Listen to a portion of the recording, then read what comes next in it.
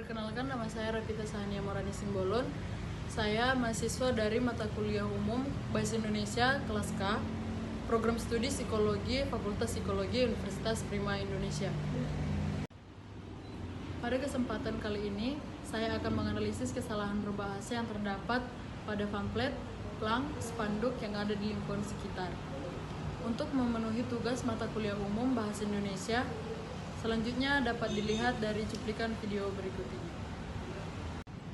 Baik, sebelum kita ke cuplikan video, terlebih dahulu kita pahami apa itu kata.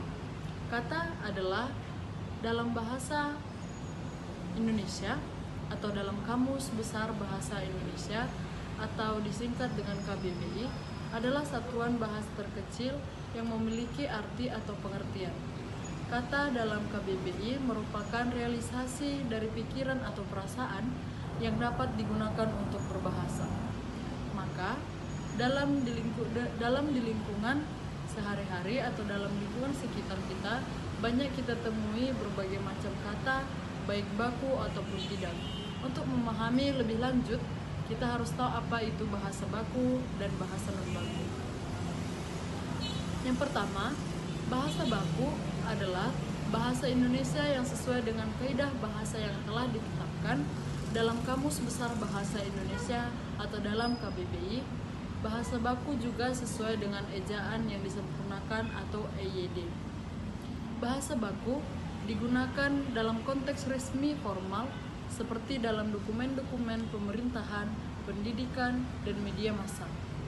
Ciri-ciri bahasa baku terpelihara dalam pemakaian kaidahnya, bebas dari pengaruh unsur bahasa daerah dan bahasa asing, memiliki sifat dinamis, memiliki ciri kecendikiaan. Contoh penggunaan bahasa baku: naskah, pidato, dokumentasi, buku pelajaran, berita, dan acara formal. Berikutnya adalah bahasa non-baku. Bahasa non-baku adalah bahasa yang tidak sesuai dengan kaidah bahasa Indonesia yang ditetapkan dalam Kamus Besar Bahasa Indonesia atau dalam KBBI. Bahasa non-baku juga disebut sebagai bahasa subbaku. Bahasa non-baku sering digunakan dalam percakapan sehari-hari, terutama ketika berkomunikasi dengan keluarga maupun teman dekat. Seperti terdapat pada spanduk yang pertama, penulisan kata kos menggunakan huruf T. Penulisan kata yang benar menurut Kamus Besar Bahasa Indonesia adalah kos. Penggunaan kata kos tanpa huruf T. Kata kos merupakan bentuk yang salah dengan menggunakan huruf T. Selanjutnya adalah kata masjid. Kata yang salah adalah kata masjid. Penulisan yang benar adalah masjid, bukan menggunakan huruf E. Kata masjid merupakan kata baku, sedangkan masjid merupakan kata tidak baku. Masjid berasal dari bahasa Arab yang secara harfiah berarti tempat sujud. Masjid merupakan tempat ibadah umat Islam yang biasanya berupa bangunan tertutup, tetapi juga bisa dilakukan di halaman luar. Selanjutnya adalah kata elektrik. Penulisan kata yang benar menurut Kamus Besar Bahasa Indonesia atau KBBI adalah elektrik menggunakan K tanpa menggunakan C.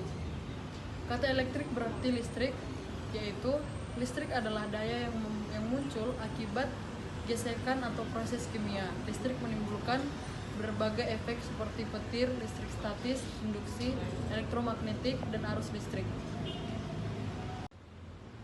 Berikutnya, kata yang salah seperti pada gambar tersebut adalah kata cateringan menggunakan huruf C. Penulisan kata yang benar adalah catering menggunakan huruf K. Kata catering menggunakan huruf K merupakan kata baku yang sudah tercantum dalam Kamus Besar Bahasa Indonesia atau KBBI. Kata catering berasal dari bahasa Inggris, yaitu catering menggunakan huruf C. Kata catering merupakan gabungan dari kata cater dan ing. Catering adalah usaha jasa yang menyediakan makanan dan minuman untuk sejumlah besar orang. Catering biasanya melayani acara tertentu seperti pesta pernikahan. Berikutnya adalah kata apotek.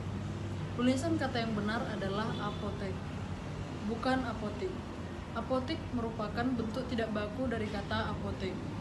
Kata apotek berasal dari bahasa Belanda yaitu apotek. Kata apotek sendiri berasal dari kata Yunani ataupun bahasa Yunani yaitu apoteka yang berarti gudang atau penyimpanan. Apotek adalah toko tempat meracik dan menjual obat-obatan sesuai resep dokter. Apotek juga menjual barang medis seperti perban, luka, dan termometer. Berikutnya, pada gambar tersebut ada beberapa kata yang salah termasuk kata selai. Pada gambar tersebut, penulisan kata selai menggunakan kata selai. Selai adalah penulisan yang benar. Kata ini merupakan bentuk baku dalam bahasa Indonesia. Tidak ada variasi penulisan lain yang benar untuk kata selai, termasuk kata selai.